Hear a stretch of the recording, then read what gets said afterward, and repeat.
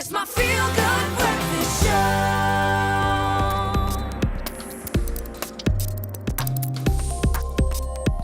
Well, welcome back. It's your Feel Good Breakfast Show, your Friday edition. It's also time for our Friday Tech Roundup with our expert, Tienus Jansen van Rensburg. And this week, it's all about Google's I/O conference. Now, yesterday, we looked at some of the winners of the 2019 App Awards. But this morning, we're focusing on the biggest tech announcements by Google at this year's event. Welcome to it, buddy. Thank you very much. First of all, your name sounds so much better when she says I agree. Buddy, this is big because Google is big. Does Google rule the world? Almost. We're getting there in a couple of years, maybe. They're the empire, but they announced a new device called the Nest Hub Max. It's not just a Nest Hub, it's the Max. Well, there's a Nest Hub and the Nest Hub Max. Okay. So what is it? Take it to the extreme. How does this integrate into our lives, I suppose, is the most important thing. Yeah. So this is a smart device that is meant to basically sit in a public space in your home. So your living room, most likely your kitchen, and we interact with it like we would interact with any other smart device, except you wouldn't need to touch it with your hands. So it has very smart facial recognition, for example. So if you're doing a conference call, so you can between apps call different people, you can walk around in the room and it'll follow you because it can recognize your face. So Skynet!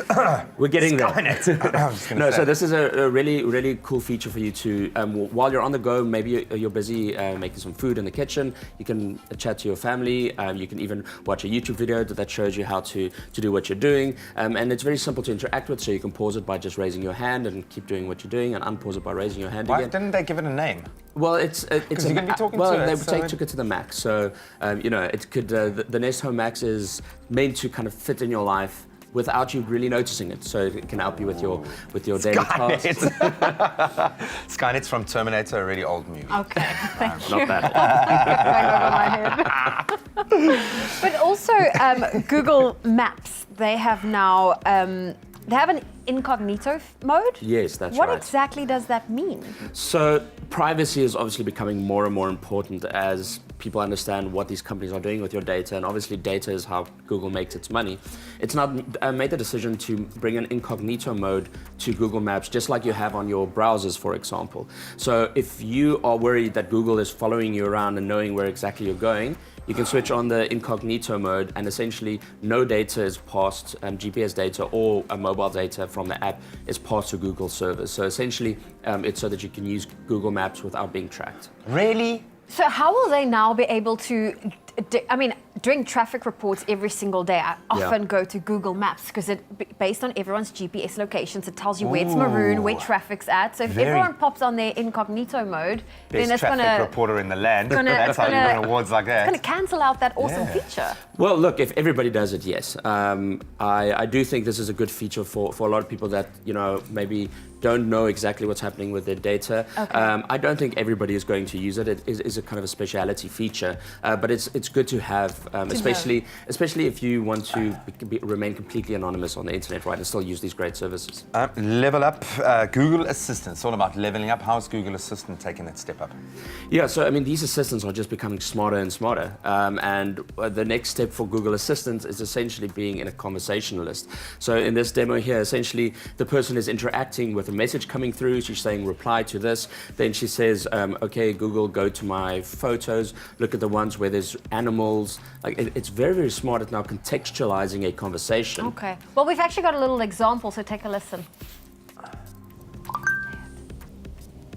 Reply to Justin, had a great time with my family and it was so beautiful. Show me my pictures from Yellowstone. The ones with animals. Send it to Justin.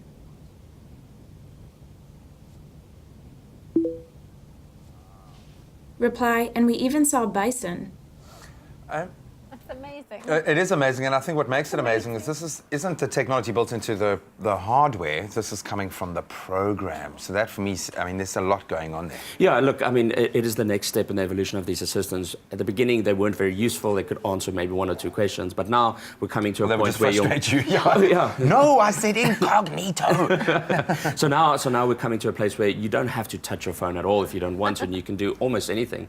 So it's becoming, it's making us lazier and lazier. Dude, you don't want to touch your appliances. You don't want. Do you have a phobia? Do you have like a germophobia? It's great for Multitasking. germaphobes. Oh, buddy, you blow our mind every time you come here, and we really do live in a remarkable era. So that's what's going down in Google's neck of the woods. The best apps, the best assistants, everything is changing at such a rapid rate. Maybe there's a story that's blown your mind this morning. Share it with us on our social media platforms. But don't touch your phone. Ask your phone to share it with us. See if you can pull that off.